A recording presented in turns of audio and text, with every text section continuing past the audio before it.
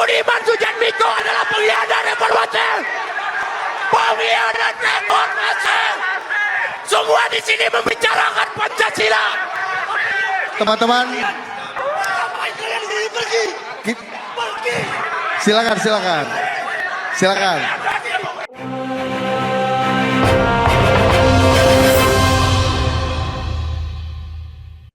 Halo Sobat Daer, ketemu lagi dengan kami berdua di FN Channel. Hari ini Selasa 16 Mei 2006 bersama kami berdua. Ini topik paling naik. Tapi sebelumnya kita sapa dulu, Cak dulu. Assalamualaikum Cak dulu. Salam FNF. Waalaikumsalam warahmatullahi wabarakatuh. Selamat pagi Cak Jarod dan apa kabar pemirsa di seluruh Indonesia. Koreksi sedikit, 16 Juni 2026, bukan 16 Mei ya. 16 Juni 2026. Saya tuh Apa kabar teringat, saya tuh teringat Mas. Kalau bulan Mei itu bulan revolusi, jadi selalu teringat seperti itu Mas. Dan loh, Ya. ini pertemuan paling menarik. Ini ada challenge bagi sahabat Daer. Bangkai apa yang bisa ngebut? Apa ya? Bangkai mobil Transjakarta. Kurang Apa tepat. dong? Yang tepat adalah Bang Bahlil naik Vespa. Nah itu. Bang Bahlil naik Vespa. Oh, Iya. ya. Itu kalau di jalan Mas. Kalau di gedung DPR beda lagi. Ada bangkai itu coba ditutupi. Namanya bangkai kisi Mas. Menu bangkai kisi coba ditutupi. Masa ini rapat perdana antara ketua BKN yang baru dengan DPR ditutupi. Ini maknanya apa Cak? Maknanya ya karena pelakunya mereka, anggota DPR, politisi DPR, dan orang-orang BGN. Jadi kalau terbuka untuk umum nanti akan semakin terbuka secara terang benderang, ternyata koruptornya orang-orang itu. Jadi itu kelompok mereka, kesempatan biasa lah para orang yang punya kepentingan yang sama, berdiskusi, melakukan kasak kusuk, akhirnya diputuskan rapatnya tertutup. Padahal rapat terbuka itu hak perintah konstitusi dan hak rakyat Indonesia untuk mengetahui apa yang dibicarakan pejabat negara ini, khususnya DPR dan eksekutif. Ini menarik, Dak.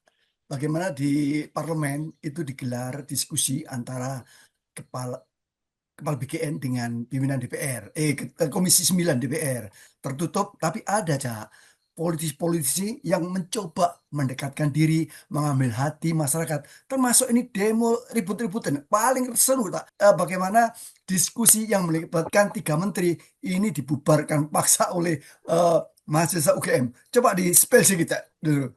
Ya, ini videonya viral dan kalau kita lihat kelihatan mencekam sekali, sebuah diskusi kemudian dibubarkan. Kalau biasanya yang membubarkan itu aparat kepolisian, ini yang membubarkan mahasiswa dan itu mahasiswa UGM. Dan diskusinya terjadi di kampus UGM di Joglo, Gelanggang Inovasi dan Kreativitas UGM. Jadi yang menarik begini, nih Cak Jarod, di dalam diskusi itu temanya adalah Pancasila Pemersatu Bangsa, dihadiri oleh Budiman Sujatmiko, Nusron Wahid, dan Wakil Menteri Pertanian Sudaryono. Kalau kita lihat diskusinya ya biasa-biasa saja lah, pejabat negara menyampaikan normatif seperti itu. Yang menjadi menarik ketika kemudian mahasiswa menggeruduk arena diskusi dan akhirnya dibubarkan. Ini yang membuat kita miris, nih apa sesungguhnya yang terjadi di dalam beberapa hari ini, kok ada banyak sekali demo yang menghadirkan pejabat negara tapi kemudian dibubarkan oleh mahasiswa. SPPG Satuan Penjilat Prabowo Gibran. Orang-orang ini berkibar ini. Satuan Penjilat Prabowo Gibran. Satuan Penjilat. Anda mau demokrasi apa enggak? Anda mau demokrasi apa enggak? Kalau Anda mau demokrasi, ayo kita dialog. Ayo kita dialog. Anda mau demokrasi apa tidak? Hei! Budiman Sujatmiko adalah pengkhianat reformasi. Pengkhianat reformasi. Semua di sini membicarakan Pancasila. Teman-teman, silakan. Karena sebenarnya itu tadi video bagaimana mahasiswa UGM membubarkan diskusi Pancasila pemersatu bangsa. Mungkin gini, Cak. Mungkin kejengkelan mereka terhadap rezim Prabowo yang tidak pernah menggubris aksi-aksi demo yang telah digelar untuk membubarkan MBG maupun Koperasi Merah Putih. Apalagi Budiman Sujatmiko, ketika itu saya masih ingat dialog dengan mahasiswa, dia bilang, kamu itu siapa? Nggak boleh. Tidak boleh. Apakah seorang menteri saja yang bilang bisa bicara demo? Seorang warga negara, setiap orang warga negara berhak untuk menyampaikan pendapatnya. Jangan dibilang, kamu itu siapa? Nggak boleh itu, Cak. Betul, itu arogansi pejabat terhadap rakyat dan itu kata yang harus diharamkan karena itu menimbulkan penafsiran merendahkan dan menganggap dirinya itu paling hebat, nomor satu dan sempurna, menganggap orang lain itu tidak ada apa-apanya. Itu sama sekali tidak boleh kalimat itu keluar dari siapapun, apalagi dari seorang pejabat yang seharusnya melindungi warganya, melindungi mahasiswa dan juga harus bersabar menghadapi kritikan.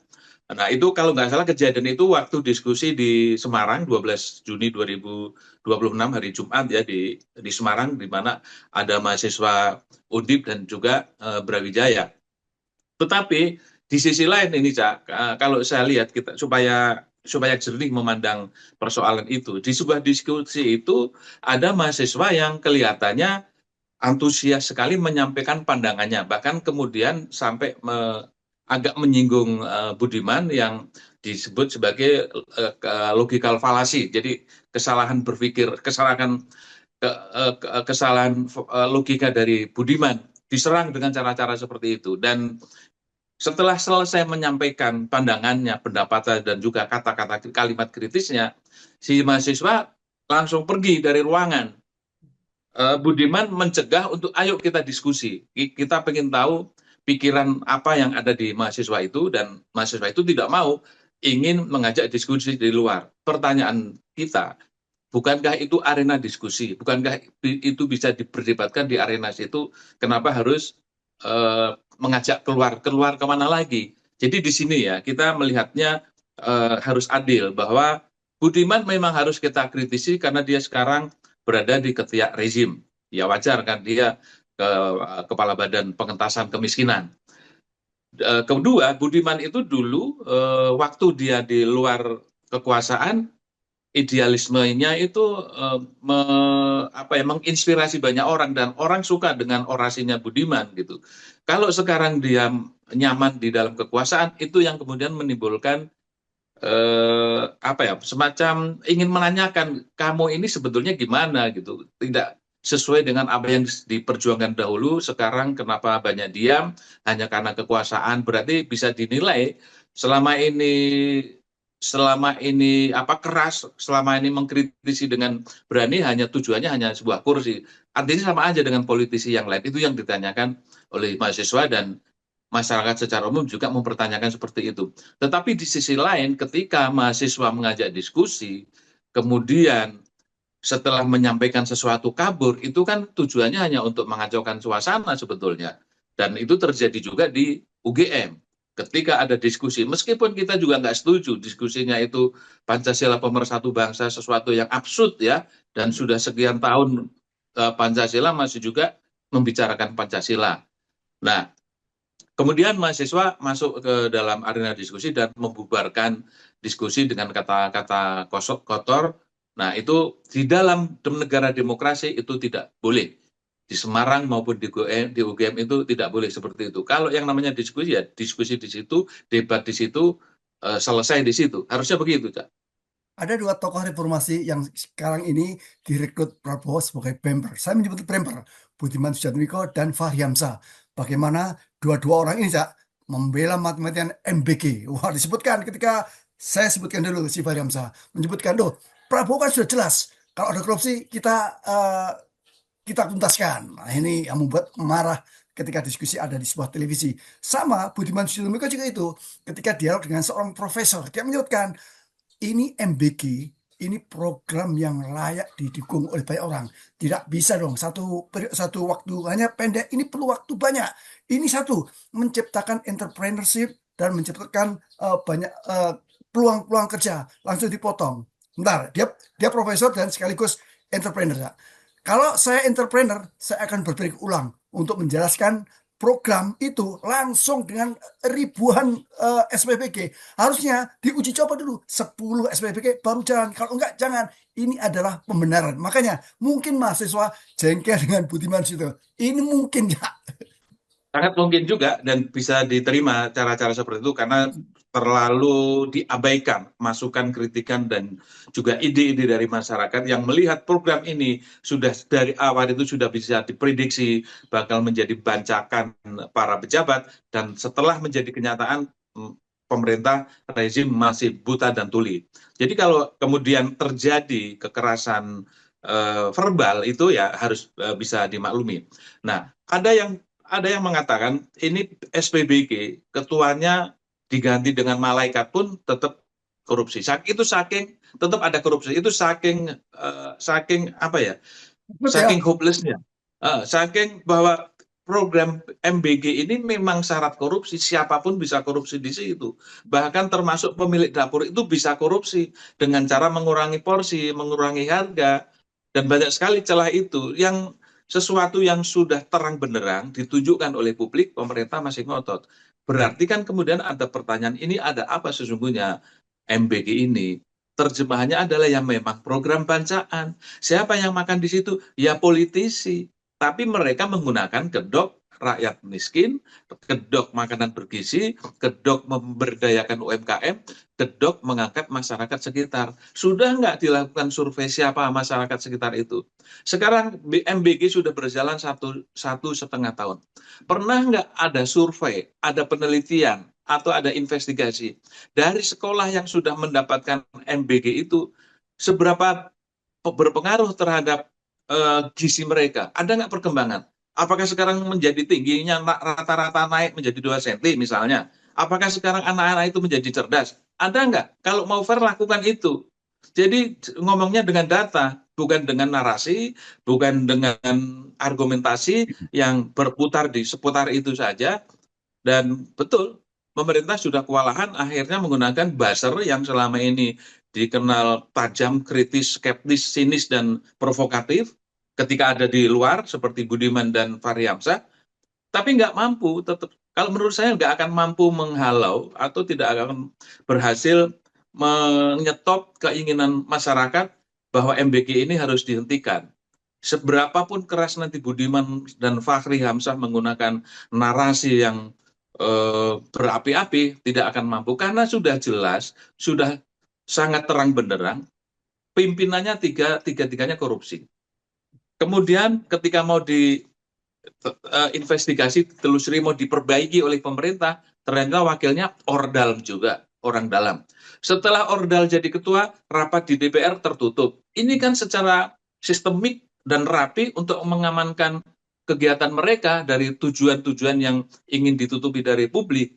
Jadi begini saran, jadi kita juga nggak boleh mengkritisi, harus memberi saran.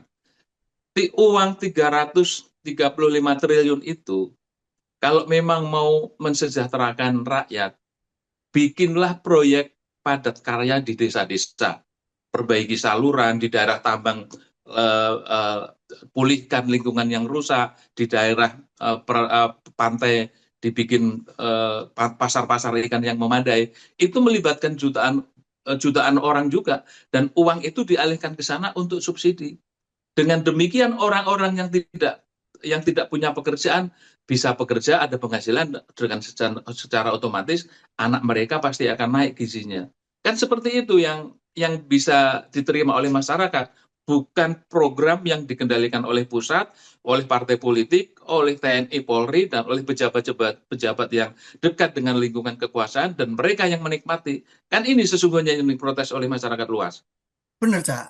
Harapan satu-satunya, salah satu harapan adalah proses uji materi penggunaan dana APBN untuk MBG. Sekarang diproses di MK. Mudah-mudahan MK bisa memutuskan dengan melihat banyaknya masukan-masukan dari dari publik. Karena pemerintah sendiri ketika dijadikan jadi saksi itu tidak bisa jawab. Kalau memang ini program penting, kenapa tidak menganggarkan khusus? Kenapa harus mengambil dana pendidikan? Tidak bisa menjawab. Itu wakil pemerintah. Makanya, Cak, mahasiswa tetap bersikukuh bahwa MBG dan KMP, Koperasi Multi, harus dibubarkan. dan mereka akan turun jalan. Apalagi Megawati sudah memberi support. Ojo takut, ojo di, tetap aja demo. Dan lucu Cak ini Cak, ketika Megawati menyarankan memberi support kepada mahasiswa, ada segelintir mahasiswa diterima oleh wakil presiden Cak. Nah, ini yang harus kita ingatkan kepada masyarakat luas. Jadi di tengah situasi yang tidak menentukan, di tengah situasi politik yang semakin memanas, kita tetap harus waspada. Ada kelompok yang selalu bisa mengambil kesempatan dalam kesulitan. Ada kelompok yang selalu bisa mencuri perhatian di tengah-tengah perhatian publik yang ingin mendapatkan ingin mendapatkan perhatian dari pejabat, yaitu Wapres Gibran. Iya, Gimana Cak. ceritanya Wapres Gibran? Gimana ceritanya? Jadi gini, kemarin itu ada demo mahasiswa yang tetap sama menolak MBG, Koperasi Merah Putih, dan juga pengetatan anggaran. Tiba-tiba 15 orang perwakilan, kalau nggak salah, ini dari Universitas Bung Karno dan Ahmad Tamrin diterima di sana. Tapi yang lucu, Cak, lucu ini, ketika selesai dalam dialog dengan Wapres tertutup, ditanya wartawan, apa jawabnya? Menggelikan. Ini videonya biar ditonton masyarakat luas. Mas, ada pesan dari Mas Wapres soal demo taat mahasiswa atau gerakan mahasiswa secara khusus? Oke, ini dari kawan-kawan ada itu pesan dari kami mahasiswa, pemerintah hari ini jangan tuli, itu aja. Bukan dari Dari Gibran tadi, Gibran apa? Bapak Wapres jangan sampai ada tertutup ruang-ruang begini. Iya betul, menggelikan. Saya juga geli. Nah, kalau kita menyimak komen-komen dari netizen, ini diduga rekayasa, settingan. Jangan-jangan ini memang sudah disiapkan sebelumnya, seakan-akan mahasiswa berkunjung ke kantor Wapres dan disiapkan ini kata netizen ya. Nah, setelah ketemu kemudian melakukan konferensi pers, dan ternyata ketika melakukan konferensi pers yang terbaca ya seperti itu. Bahasanya belepotan, tidak menguasai masalah, tidak menunjukkan bahwa dia seorang mahasiswa. Saya nggak tahu apakah dia mahasiswa baru semester pertama atau bagaimana, kita tidak tahu. Tetapi mahasiswa yang biasa demo tidak seperti itu narasinya, tidak seperti itu bahasanya. Dan akhirnya kan semakin meyakinkan publik, ini settingan, dan Gibran mengambil kesempatan di tengah kesempitan. Mencuri perhatian di tengah orang ingin mendapatkan perhatian dari Prabowo. Gibran hadir dengan harapan publik semakin simpati, wah ini pemimpin kita yang peduli terhadap rakyat. Padahal di balik itu semua bisa dibaca dan bisa diduga itu adalah settingan. Nah, apalagi kebiasaan-kebiasaan seperti itu terbiasa dilakukan oleh kelompok Solo ini, dulu bapaknya sekarang Gibran.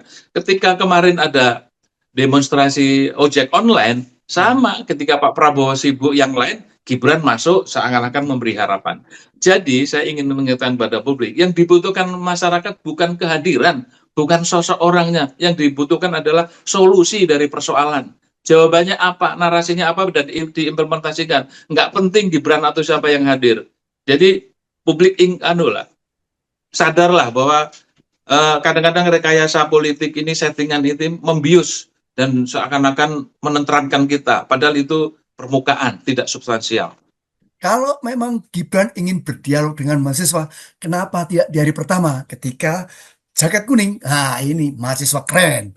Universitas Indonesia turun ke jalan, kenapa tidak dilakukan atau paling tidak mengundang diskusi dengan Tio? Apakah mampu si Gibran? Karena apa?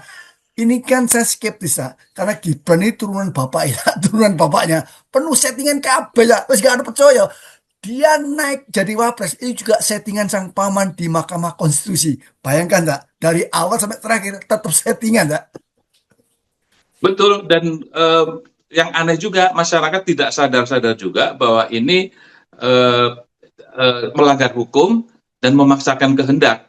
Dan perilaku KKN dari keluarga Jokowi ini kan sudah sangat jelas sekali kenapa itu juga tidak dipersoalkan. Apalagi kemudian legasi Jokowi itu, proyek-proyeknya yang banyak diusut itu, semua orang kasus-kasus besar, mau Nadiem, mau Pertamina, mau Timah, mau sawit, semua menunjuk perintah Jokowi. Dan Jokowi masih aman. sampai hari ini. Ini kan aneh nih buat negara kita. Ini mau ngapain sebenarnya negara ini? Negara itu bagaimana mau sejahtera rakyatnya kalau orang tutup mata terhadap pelanggaran-pelanggaran yang dilakukan oleh para pemimpin maupun bekas pemimpin.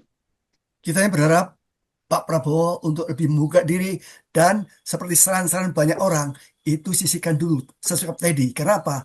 Ini pintu masuk untuk memberitahukan sesuatu yang penting bagi Pak Prabowo. Cak Dodo, barangkali ada kata-kata mutiara hari Selasa ini, Cak Dodo.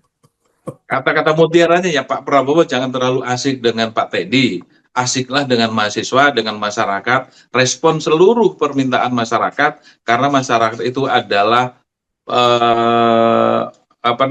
orang yang paling jeli mengawasi sepak terjang pemerintahan ini. Jangan dianggap sebagai musuh, jangan dianggap sebagai anti NKRI, jangan dianggap sebagai menjelek-jelekkan pemerintah. Masyarakat tujuannya adalah untuk memperbaiki negara ini, hanya beda tempat. Anda di kekuasaan, masyarakat di luar kekuasaan, dan orang yang diperintah. Dan orang yang diperintah itu memiliki hak untuk menyuarakan pendapatnya. Saya khawatir Pak Prabowo nanti berdiri di depan istana terus bilang gini, saya 2 tahun dihina, saya 2 tahun di demo, dan hari ini saya kenalan. Itu rame itu. Terima kasih. Oh, Waalaikumsalam warahmatullahi wabarakatuh. Ada komen apa? Ini sekarang udah banyak itu kaos-kaos tulisan saya akan lawan, banyak itu. Nanti kalau nyetak bagi-bagi ya. Oke, saudara, terima kasih ya. Assalamualaikum, salam FRF. Waalaikumsalam warahmatullahi wabarakatuh. Salam freedom and fairness.